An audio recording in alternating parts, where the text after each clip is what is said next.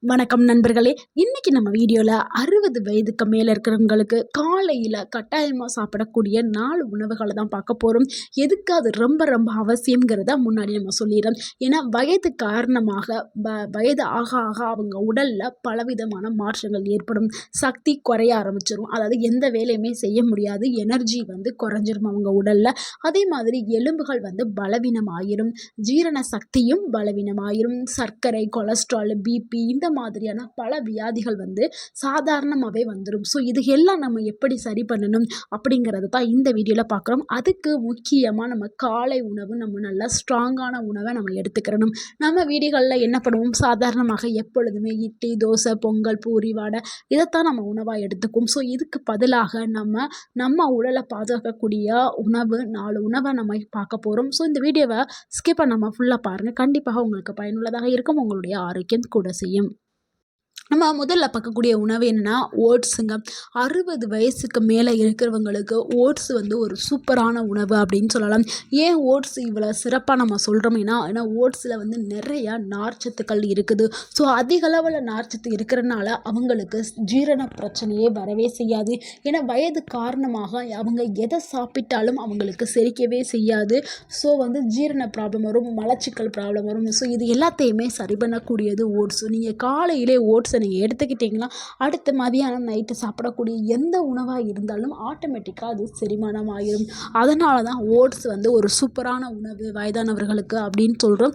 அதுக்கப்புறம் சர்க்கரை அளவை கட்டுப்படுத்தும். ஏன்னா இப்போ சுகர் இல்லாத உலகமே இல்லை. அந்த மாதிரி நம்ம வீட்டில் ஒருத்தவங்களுக்கு கண்டிப்பாக ஒவ்வொரு வீட்டையும் எடுக்கும் பொழுது அந்த வீட்டில் ஒரு நபருக்கு கண்டிப்பாக சர்க்கரை நோய் இருக்குது. ஸோ சர்க்கரை நோயை கட்டுப்படுத்துறதுக்கு இந்த ஓட்ஸ் உதவி பண்ணுது. அதே மாதிரி கொலஸ்ட்ரால், கெட்ட கொழுப்புகள் அனைத்தையுமே கரைச்சி இதயம் நோய், இதயம் சார்ந்த மாரடைப்பு, அதாவது ஹார்ட் அட்டாக், ஹார்ட்டில் பிளாக்லாம் சொல்லுவோம்ல, அது எல்லாத்தையுமே சரி பண்ணக்கூடிய தன்மை இந்த ஓட்ஸுக்கு இருக்குது. ஸோ உங்கள் வீட்டில் யாருக்காவது ஹார்ட் ப்ராப்ளம் இருந்தாலோ, இல்லை சர்க்கரை நோய் இருந்தாலோ, இல்லை ரத்த அழுத்தம் இந்த மாதிரி ப்ராப்ளம் யாருக்காவது இருந்துச்சுன்னா அவங்களுக்கு காலை உணவு ஓட்ஸ் கொடுங்க. ஓட்ஸ் ஒரு சிறப்பான உணவுங்க. அதை அவங்களுக்கு எடுத்துகிட்டு வரும்பொழுது அவங்களுடைய ஆரோக்கியம் கூட செய்யும். இதை எப்படி சாப்பிட்லாங்கிறத ஃபஸ்ட்டு நம்ம பார்த்துடலாம். இதுக்கு வெந்நீரில் இல்லைன்னா பாலில் 5 நிமிஷம் நீங்கள் வேக வைங்க. பாலில் போடுங்க, இல்லைன்னா சுடு தண்ணியில் போடுங்க. இதுக்கு நீங்கள் இனிப்பு என்ன செய்யுங்கன்னா தேன் சேர்த்துக்கிறங்க நல்லது. ஏன்னா நம்ம சர்க்கரை கண்டிப்பாக அவாய்ட் பண்ணணும். ஏன்னா அது பாய்சன். அந்த வெள்ளை கலரில் இருக்கக்கூடிய அந்த சீனியை தவிர்த்துட்டு நீங்கள் வேறு ஏதாவது பனங்கற்கண்டு, இல்லை வெள்ளைக்கட்டி கூட வேண்டாம், நாட்டு சர்க்கரை, பனங்கற்கண்டு இந்த மாதிரி எடுத்துக்கிறங்க. அப்படி இல்லைன்னா நீங்கள் தேனே எடுத்துக்கலாம். உங்களுக்கு பிடிச்சதான் உங்கள் சாய்ஸ். எது வேணாலும் நீங்கள் ஒரு ஸ்பூன் ஆட் பண்ணிவிட்டு அதில் 3-4 பாதாமும் உலர் திராட்சை போட்டுட்டு நீங்கள் சாப்பிடுங்க. இது காலைல 7லேருந்து 8 மணிக்குள்ளே நீங்கள் சாப்பிட்டீங்கன்னா உங்களுக்கு அந்த ஒரு நாளைக்கு தேவையான எனர்ஜி எல்லாமே உங்களுக்கு கிடைக்க ஆரம்பிக்கும். நீங்கள் காலையில் இந்த உணவை எடுக்கும் பொழுது நீங்கள் அந்த நாள் ஃபுல்லாமே சுறுசுறுப்பாக ஆக்டிவாக இயங்க ஆரம்பிப்பீங்க. அடுத்து 2வது ஒரு சூப்பரான உணவு என்னென்னா வாழைப்பழம் ப்ளஸ் வேர்க்கடலைங்க. இது ரெண்டுமே இந்த காம்போ உங்களுடைய பிரேக்ஃபாஸ்ட்டுக்கு ஒரு சிறந்தது. அதுவும் வயதானவர்களுக்கு தேவையான அனைத்து ஊட்டச்சத்துக்களுமே கொடுக்கக்கூடியது வாழைப்பழம் அண்ட் வேர்க்கடலை. இது ஒரு பெர்ஃபெக்டான சீனியர் சிட்டிசன்ஸ்க்கான ஒரு பிரேக்ஃபாஸ்ட் காம்போ. இதை நீங்கள் எடுத்த உடனே உங்களுக்கு ஒரு இன்ஸ்டண்ட்டான ஒரு எனர்ஜி கிடைக்கும். இதில் அது மாதிரி வாழைப்பழத்தில் பொட்டாசியம் அதிகமாக இருக்குது. ஸோ உங்களுடைய ரத்த அழுத்தத்தை கண்ட்ரோல் பண்ணுறதுக்கு வாழைப்பழம் உதவி பண்ணும்.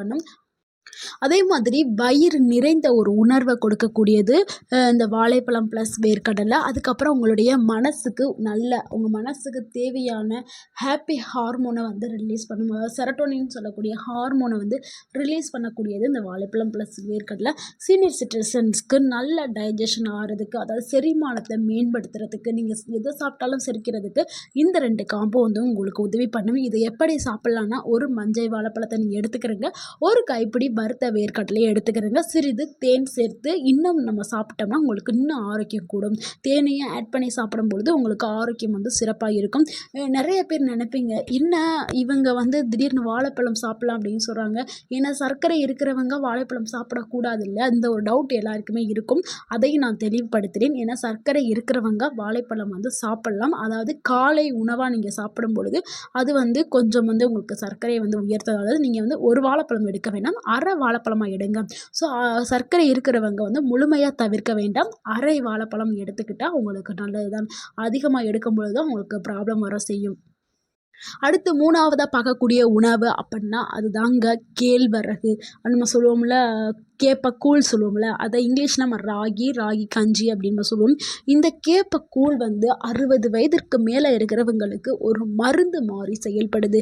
நீங்கள் கண்ட மாத்திரை மருந்தை நீங்கள் சாப்பிட்றதுக்கு நீங்கள் ராகி, அதாவது இந்த கேழ்வரகு கூழை நீங்கள் குடித்தாவே உங்களுக்கு பல விதமான வியாதிகள் வந்து உங்கள் உடலில் இருந்து போக ஆரம்பிச்சிடும். ஏன்னா நீங்கள் 60 வயசுக்கு மேலே இருக்கிறவங்களுக்கு வரக்கூடிய பெரும்பாலான பிரச்சனை என்னென்னா கால்சியம் குறைபாடு. அதாவது உங்கள் எலும்புகள் தேய்மானம், மூட்டுகள் தேய்மானம், எலும்பு வலி, அது மூட்டு வலி வரும். மோஸ்ட்லி வந்து வயதாக ஆக மூட்டு வலி வரும், இடுப்பு வலி வரும், நடக்க முடியாது, எந்திரிக்க முடியாது, உட்கார முடியாது. இந்த பிரச்சனைக்கு நீங்கள் இந்த கேழ்வரகு கஞ்சியை நீங்கள் எடுத்துக்கிட்டால் போதும். உங்களுடைய எலும்புகள் நல்லா வலிமையாயிரும். ஏன்னா இது ஃபுல்லாமே வந்து கால்சியம் சத்து நிறைந்தது. அதே மாதிரி ரத்த சோகை, ரத்தம்லாம் சில பேருக்கு இருக்காது. இதனால வந்து அனிமியா வரும். ஸோ இவங்க எல்லாத்துக்கும் ரத்தத்தை அதிகப்படுத்துறதுக்கு இந்த ராகி கஞ்சி உதவி பண்ணுது. இது ஹீமோகுளோபினை அதிகப்படுத்த செய்யும். அது மாதிரி சுகர் இருக்கிற, அதாவது நீரிழிவு நோயாளிகளுக்கு இது ஒரு நல்ல ஒரு சிறந்த மருந்து மாதிரி செயல்படக்கூடியது இந்த ராகி கஞ்சி. அதே மாதிரி கொலஸ்ட்ராலை குறைக்கிறதுக்கும் இந்த ராகி கஞ்சி உதவி பண்ணுது. உங்களுக்கு வந்து வயிறு நிறைஞ்ச ஒரு ஃபீலிங்கை கொடுக்கக்கூடியது. உங்களுக்கு வந்து அடுத்து வேறு எந்த உணவுமே சாப்பிட முடியாத அளவுக்கு வயிறு நிறைந்த ஒரு உணர்வை தரக்கூடியது ராகி கஞ்சி. நீங்கள் காலையில் இதை காலை உணவாக எடுக்கும் பொழுது உங்களுடைய உடல் வந்து நல்லா ஆக்டிவாக இயங்க ஆரம்பிக்கும். உங்களுடைய உடல் சோர்வு எல்லாமே குறைய ஆரம்பிக்கும். இதை நீங்கள் எப்படி சாப்பிட்லான்னா, நீங்கள் 1 டீஸ்பூன் ராகி மாவு, இது கேப்ப மாவு இருக்குல்ல, இந்த கேப்ப மாவை தண்ணியில் கலக்கிட்டு, அதாவது சுடு தண்ணியில் கலக்கி 5 நிமிஷம் வந்து சிம்மில் வச்சுட்டு நல்லா வேக வைங்க. ஏன்னா 1 ஸ்பூன் நீங்கள் போட்டாவே நிறையா வேகும்போது நிறையா வரும். ஸோ தண்ணி வந்து ஒரு ஒரு ஒரு என்ன சொல்கிறது, ஒரு செம்பு தண்ணி ஊற்றிட்டு நல்லா சிம்மில் வச்சு கிண்டிக்கிட்டே இருங்க. அது நல்லா கெட்டியாக வரும். நல்லா வேக வேக நல்லா கெட்டியாக வரும். அதுக்கப்புறம் நீங்கள் பதம் பார்த்து இறக்கிட்டு இதை நீங்கள் சாப்பிடுங்க. இதை நீங்கள் இந்த ராகியை சாப்பிட்டு வந்தால் 60 வயசுக்கு மேலே வயதானவர்களுக்கு வரக்கூடிய கால்சியம் குறைபாடும் சரியாயிடும். ஆஸ்ட்ரோபோரோசிஸ்ன்னு சொல்லக்கூடிய அந்த நோயையே தடுக்கக்கூடிய சக்தியும் இந்த ராகி களிக்கு, அதாவது இந்த கேழ்வரகு கூழுக்கு வந்து இருக்குது. ஸோ வந்து உங்களுக்கு தேவையான எல்லா சத்துமே இதில் இருக்குது. நீங்கள் தாராளமாக இதை எடுக்கலாம். அடுத்து 4வதா பார்க்கக்கூடிய ஒரு உணவு என்னென்னா முட்டை தாங்க. முட்டையை நீங்கள் ஆம்லேட் போட்டு சாப்பிட்டாலும் சரி, இல்லை பாயில் பண்ணி வேக வச்சு சாப்பிட்டாலும் சரி, உங்களுக்கு எந்த மாதிரி உங்களுக்கு பிடிக்குமோ அந்த வடிவில் நீங்கள் காலை உணவாக முட்டையை எடுத்துக்கிறங்க.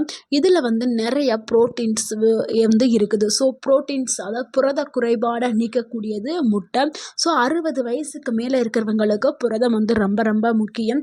ஸோ பருப்பு வகைகள் இதில் எடுத்துக்கலாம், இல்லை முட்டை எடுத்துக்கலாம். பருப்பில் சில பேருக்கு வந்து கேஸ்ட்ரிக் ப்ராப்ளம் வரும். ஸோ முட்டையை எடுக்கும் பொழுது அந்த ப்ராப்ளம் வராது. ஏன்னா கால்சியம், ப்ரோட்டீன்ஸ் ரெண்டுமே வந்து சேர்ந்து இருக்குது. ஸோ உங்களுக்கு ப்ரோட்டீன் டெஃபிஷியன்ஸ் வராமல் தடுக்கிறதுக்கு, அந்த புரத குறைபாடு வராமல் தடுக்கிறதுக்கு முட்டை வந்து உங்களுக்கு பெர்ஃபெக்டான ஒரு உணவு அப்படின்னு சொல்லலாம். ஏன் முட்டை வந்து ரொம்ப ரொம்ப முக்கியம்னா, தினசரிக்கு தேவையான புரதம் அனைத்தையுமே இந்த ஒரு முட்டையில் உங்களுக்கு கிடச்சிடும். ஏன்னா ஒரு நாளைக்கு இவ்வளோ புரதம் வேணும், இவ்வளோ கால்சியம் வேணும் அப்படின்னு நம்ம உடலுக்கு வந்து தேவை இருக்குது. ஸோ அதை வந்து நிறைவேற்றக்கூடிய வேலை வந்து முட்டையிலே இருக்குது. முட்டையிலே வந்து நமக்கு தேவையான கால்சியம், புரதம் இருக்குது. ஸோ ஒரு சரியான அளவு நம்மளுக்கு ஒரு முட்டையை எடுத்துக்காவே கிடச்சிரும். அடுத்து வந்து உங்களுக்கு இம்யூனிட்டி பவர், அதாவது நோய் எதிர்ப்பு சக்தியை அதிகப்படுத்துகிற தன்மை இந்த முட்டைக்கு இருக்குது. அதே மாதிரி விட்டமின் ஏ வந்து முட்டையில் இருக்குது. ஸோ கண் பார்வைக்கு ஒரு சிறந்தது. உங்களுடைய மசில்ஸை வந்து லூஸ் ஆகாமல் இருக்க, நல்லா ஸ்ட்ராங் ஆகிறதுக்கு, உங்களுடைய பாடிகளை வந்து நல்லா ஸ்ட்ராங்காகவும் ஸ்ட்ரென்த்தாகவும் வச்சுக்கிறதுக்கு முட்டை பயன்படுது. நீங்கள் முட்டையை எப்படி சாப்பிட்லான்னா, ஒன்று பாயில் பண்ணி சாப்பிட்லாம், இல்லைன்னா சிம்பிளாக ஆம்லேட் போட்டு சாப்பிட்லாம். ஆம்லேட்டில் வந்து சிறிது மிளகு, வெங்காயம், சின்ன வெங்காயம், பச்சை மிளகாய் இதெல்லாம் ஆட் பண்ணி சாப்பிடும் பொழுது உங்களுக்கு ஆரோக்கியம் இன்னமும் கூட செய்யும். முட்டை வந்து கொலஸ்ட்ராலை அதிகப்படுத்தும் அப்படின்னு நிறையா பேர் நினைக்கிறாங்க. கொலஸ்ட்ராலை அதிகப்படுத்திடும், ஹார்ட் அட்டாக் வரும் முட்டை சாப்பிட்டா அப்படின்னு நினைக்கிறாங்க. அது தவறான ஒரு விஷயம். சர்க்கரை நோய் இருக்கிறவங்க, ரத்த அழுத்தம் இருக்கிறவங்க தினமும் ஒரு முட்டை வந்து சாப்பிட்லாம். இது வந்து ஹார்ட் அட்டாக்கெல்லாம் வர வைக்காது. ஒரு முட்டை வந்து ஒரு நாளைக்கு சாப்பிட்லாம் தாராளமாக. சில ஹெல்த் டிப்ஸ் கொடுக்குறேன். இதையும் இந்த உணவு எடுத்ததுக்கு அப்புறம் ஃபாலோ பண்ணுங்கள். உங்களுடைய ஆரோக்கியம் இன்னமும் சிறப்பாக இயங்க ஆரம்பிக்கும். காலை உணவுக்கு பிறகு ஒரு 10 நிமிடம் வாக்கிங் போங்க. அடுத்து ஒரு டம்ளர் வெதுவெதுப்பான சுடு தண்ணி குடிங்க. அப்போ தான் உங்களுடைய நீங்கள் சாப்பிட்டது எல்லாமே செரிமானம் ஆகும். ஸோ சீனியர் சிட்டிசனுக்கு ரொம்ப செரிமானத்திற்கு, உங்களுடைய மூட்டு வலி, உங்களுடைய ரத்த அழுத்தம் இது எல்லாமே சரியாகிறதுக்கு இந்த ஹெல்த் டிப்ஸை நீங்கள் ஃபாலோ பண்ணுங்கள். நண்பர்களே, இப்போ பார்த்த இந்த 4 உணவுகளை தினசரி மாற்றி மாற்றி ஒரு உணவை நீங்கள் கட்டாயம் எடுத்துக்கிறீங்க. இது உங்களுடைய எனர்ஜியை அதிகரிக்கும். உங்களுடைய ஜாயிண்ட் பெயின், மூட்டு வலிகளை குறைக்க செய்யும். சர்க்கரை, ரத்த அழுத்தம், கொலஸ்ட்ரால் இது எல்லாத்தையுமே கம்மி பண்ணும். கண்ட்ரோலில் இருக்க ஆரம்பிக்கும். உங்களுடைய மன அமைதியும் அதிகரிக்க செய்யும். உங்களுடைய ஆரோக்கியம் சிறப்பாக இருக்க செய்யும்.